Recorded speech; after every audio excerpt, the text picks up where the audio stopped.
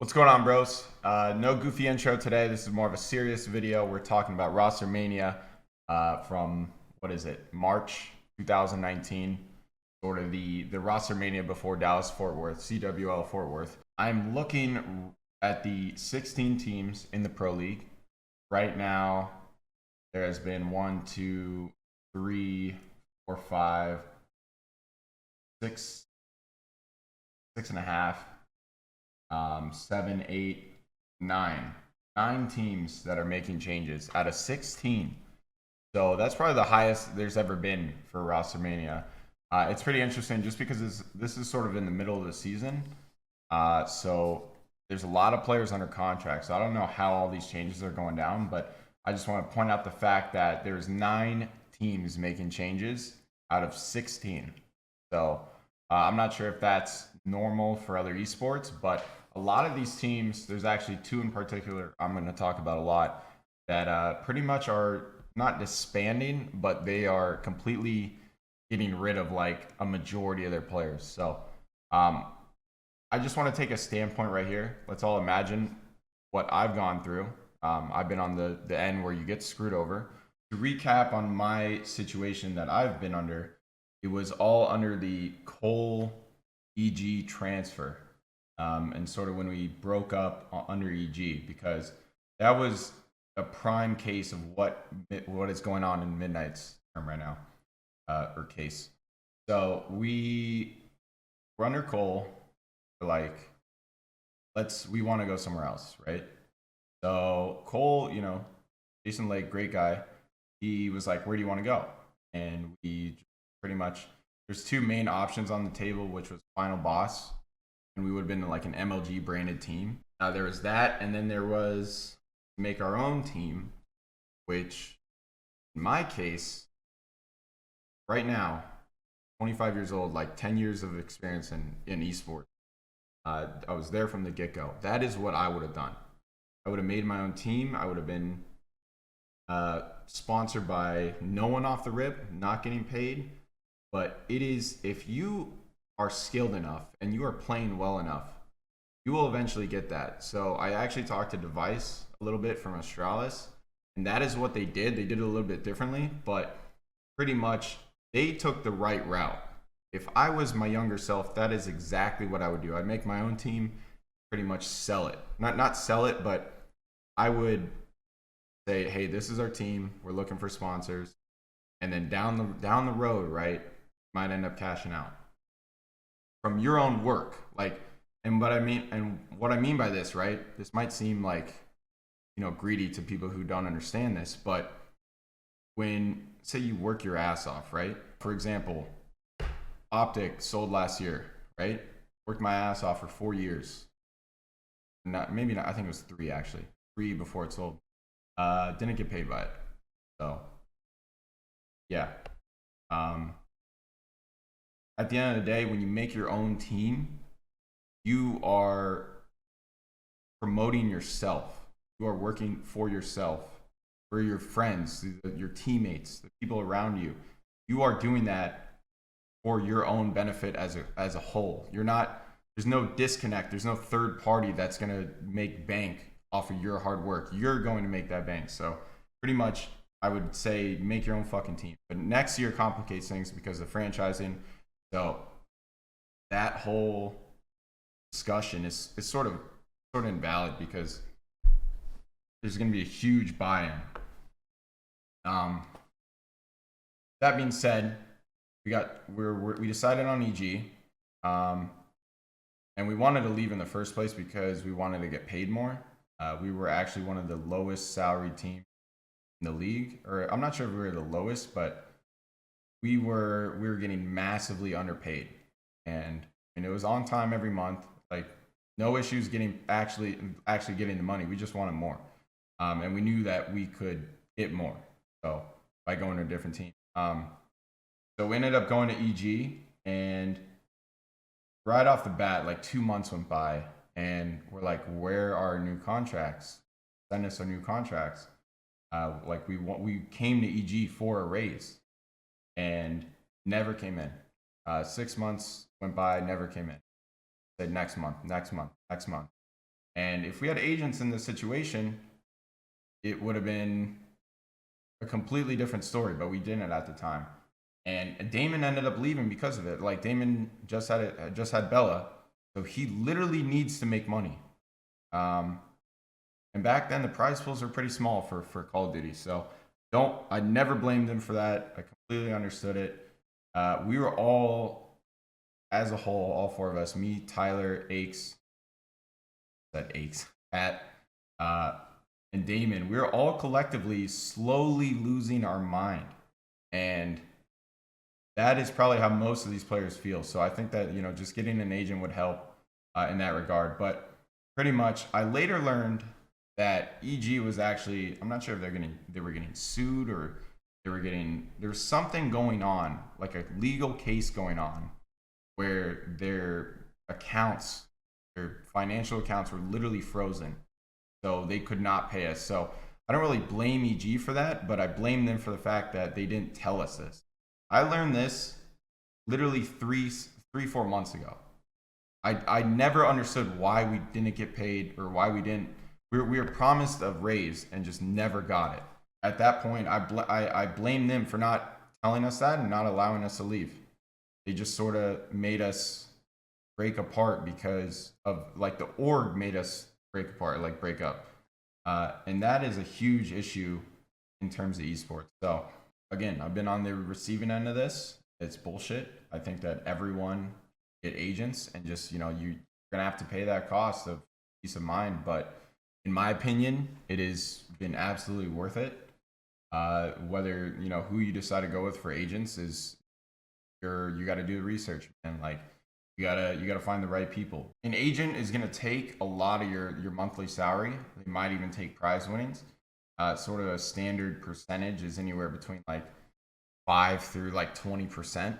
5 being, honestly, that'd be incredible to get, but do not expect something that low. I think the standard, or not the standard, but what most people actually get is usually 15% of your monthly salary. So, or 10% of your monthly salary. So this is sort of a lot. But at the end of the day, you are paying for peace of mind. You are paying so you are not constantly worried about, am I going to get dropped, pretty much. If it's all player decision based, then agents have nothing to do with it. But in the case of like Midnight, Accelerate right now, both teams have pretty much just dropped their entire roster. But Midnight, let's start with Midnight. So Midnight is 5-2, right? They're a breakout team. For this game, I don't think any of them have ever gone pro, except for maybe Jet Li. I remember his name back in the day. But they're a breakout team, right? And 5-2 is pretty fucking good considering the teams in our division. I mean, they're ahead of us. They're ahead of, like, the only team ahead of them is Gen G. So right now it's Midnight in second, Optic third, Red fourth, UIU fifth, LG sixth, Reciprocity 7, EG 8. So they outplaced all those teams. And now they're not teaming. Blows my mind, because what that says to me is that something is so fucking wrong in that org, that this team, who has never seen success, any of them, just broke up. Just they randomly found a team that meshes so well to the point where they could actually win a fucking event, and now they're not playing together. And pretty much, I talked to the Midnight players. They were offered, from my understanding, I don't know the org owner side of the story, I will admit, but from what the players said, they said that they were offered a 3-year deal on $6,000 a month. Let me just clarify, guys. So $6,000 a month is probably pretty good for a low-end team, but you cannot pay a number 2 seeded team, a borderline tier 1 team, a tier 1 team being like they can win the event. Tier 2 teams are like the teams that, they're aiming for top 4. Okay, this was a tier 1 team on $6K a month, 3 fucking years. So 1 year, $6K a month, I can understand that. That deal would make sense. But even then, I still think that's sort of on the low end compared to what other teams are paid. A lot of coaches who are even getting paid more than that. So believe it or not. But yeah, so if I was my 18-year-old self, I would hire an agent. Oh, by the way, four of them are not under contract. There's only one player on that team that was under contract. What happened was the org owner just pretty much just try to get them for as long as they possibly could so they could sell them to one of the franchising teams coming in next year. And I think that this is the problem or this was the main reason why this roster mania happened. Is so many of these teams realize, hey, we're not going to be in the league next year. Let's just fuck over the players and make them sign some supermax deal so then we can sell them for as much money as possible. And I think that this is what happened a lot during this roster mania. But let's keep going. Let's stay on track here and talk about more about Midnight. So if I'm 18 years old, I get an agent. Agent's going to give me advice, which usually they offer. Our agents on Optic Gaming have provided really sound advice. If I am not under contract, I am not fucking putting their names in Twitters, on Instagram, on anything. I'm not promoting them in any sort of way. And that's what it fucking should be. That's where they fucked up. Because they're not paying you yet. So why the fuck are you promoting them? Yeah, they announce your roster on Twitter, right? But to me, that's bullshit.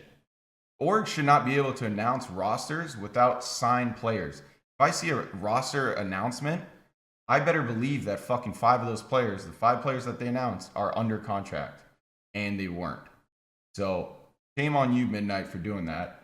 The other thing is, to the players right there in that situation, you guys need to not represent them at all. You need to get it to the point where they need you to sign this contract, to the point where they're like, we're seeing no promotion, we're seeing no influx of people coming to our Twitter or our Instagram or YouTube, whatever, right? Because that is what they sell to sponsors. And if they're not getting that, because you're not promoting them, you're doing it right, then they're going to send you a fucking contract immediately. One, that creates leverage. So right when you have leverage, that's all you realistically need when you are a player talking to an org trying to get what you want. So agents and orgs are like fucking mortal enemies. That's how you want them to be. You don't want your org to like your agents.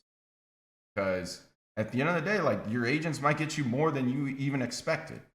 And they need to not like each other. Like, if you have agents that are friends with fucking orgs, or they, like, yeah, he wants fucking, I'll just use Midnight for example. Yeah, he wants $7,000, but I think he'd be happy with 6. Like, say I'm an agent. Yeah, he'd be happy with 6. Like, fuck that. Like, ask for more than that. Like, if I go to an agent and say I want $7,000 a month, that agent better be telling him 8 or 9. Because at that point, like, it's just, like, obviously it's going to come down, but you got to, like, start, that agent and the org got to fucking hate each other. That is the best way to get what you want. Let's talk about Accelerate right here. Most of these players do not, one, they're just players. Okay, you need to be more than just players. I realize that there's other esports that you have to play 12 hours a day, and there's the only thing you can be as a player. There's fucking League of Legends teams where you're not allowed to have girlfriends, and that's specified in your contract. Like, legally, if you had a girlfriend, I don't know if you'd be sued, dropped, or whatever, but pretty much in Call of Duty, I'm just speaking in terms of Call of Duty, maybe CSGO, maybe Dota, but you got to build your brand, and you got to get leverage from things outside of just placing well. You got to do things that are just better than just playing and tweeting. That shit's fucking terrible. Like, you are not helping yourself. Like, bullshitting with your buddies on Twitter is fine, but you got to be doing more than that. So, again, orgs are looking at this like, okay, how many followers does he have? How many, Twitch followers does he have? How many subs does he have? How many viewers does he get? Just stuff like that they can take it and sell it to a sponsor and, say, this is the social media platform that we've established with our players. Like, this is what we want for you to sponsor us, right? You have none of that. you are fucking worthless. You are only a player at that point. And while some of you will disagree, saying like, well, that's what it should be, right? Well, guess what? That's not how things are. Okay, there's when you pick up a player or drop a player, there's always weight. We'll go with the 100T here, right? Pharaoh streams, he does YouTube and all that stuff, right? He doesn't have a significant amount, or like a loyal fan base. So when he got dropped for Priesta, they were very similar in terms of like social media following, achievements, and all that stuff. They're very similar. So there was no outcry or anything. Let's go with yesterday's roster mania announcement. Gen G dropped Spacely, who was sort of like the leader of the team. And Spacely has been around for a long fucking time, man. He's been playing for a very long time, and I know who they picked up. You guys are actually gonna probably find out before this video comes out. But pretty much there's a huge uproar because the player they picked up has no fucking weight. Okay, granted they're new to the scene, but they have no weight whatsoever. So basically, all that shit happened, right? And if you go on fucking Reddit, people are losing their mind. Like, people are like, how could you do this? Like, this is so terrible. Like, fuck Gen G. Like, all this. And apparently it was all on the players. It wasn't on Gen G, by the way. Just thought I'd clarify on that. But again, not a good look for Gen G, but the players wanted it. So at the end of the day, that's probably what's going to happen. The org, good for the org, realizing that they probably realize that they're going to get flack for this, but players want to do it, so we're going to listen to the players. So that right there is, it's a good, I want to say it's a good roster move, but I would say, and not like overall performance. I'm saying like players wanted it. The org listened to the players, knew that they were going to get shit, and still did it anyways. So that's the org just trusting the players. So good for Gen G on that part. But completely fucked up with the dropping of Spacely. So again, once you establish weight, you can get leverage over contracts, over like teams that you can potentially go to, all this stuff. Because at the end of the day, the orgs sell two things. They sell placements, or just how teams perform, and they sell like followings. Okay, probably more than that, but those are two major ones. And in Call of Duty, that's usually all that there is. Accelerate. They made a roster move the players agreed with, did it. Then they played way worse with that new player, and then they all got dropped. So, and what Accelerate is thinking, what I'm thinking, what the owner's thinking, is that let's get Parasite, Saints, Pharaoh. Like, I don't even know their fucking roster. I don't think anyone does. But like Decimate, Lacefield, like people who have been around for a little bit, with a social media following, they have a name in the scene, all this stuff that helps their name, their individual brands, right? Like I'm convinced that this Accelerate team is going to be a roster of just random people thrown together that could be sold for a price that would be higher than their old team. They were all in a position where they might be sold for like, let's ballpark a figure, like, don't even worry about the figure. Let's talk about like ratios, right? So I would probably say that BZ's probably worth 1/10 of what someone like Pharaoh is worth. So that is probably what they are thinking. That's probably what the org owners are thinking. So they're thinking they don't even got to fucking play well. All I know is that we now own 5 players. We're going to sell them next year or whatever, and they're all going to probably go to different teams, and we're going to make some money off of it. And it's, I get it, just completely fucked, because they were playing well week 1, and then that's a different story. You guys should watch BZ's video. But apparently, after they beat Envy in their first match of the Pro League, they got news that 3 of their players were going to be dropped. So this whole model that CWL has done this year, I definitely do not like. I can understand it, but if this was going to be like next year was going to be the same, and then the next year was going to be the same, then none of this shit would have happened. But the whole fucking franchising like wave of hype was just blown everything out of proportion. And now this year, I'm expecting honestly every single big name player to come back to the league, even though they didn't qualify. They will eventually make their way back if they're contractually like able to. Anyways, that was the video. Probably gonna have to make this video unlisted and get approval from like fucking six. Definitely gonna tick some people off, but I'm tired of seeing this, guys.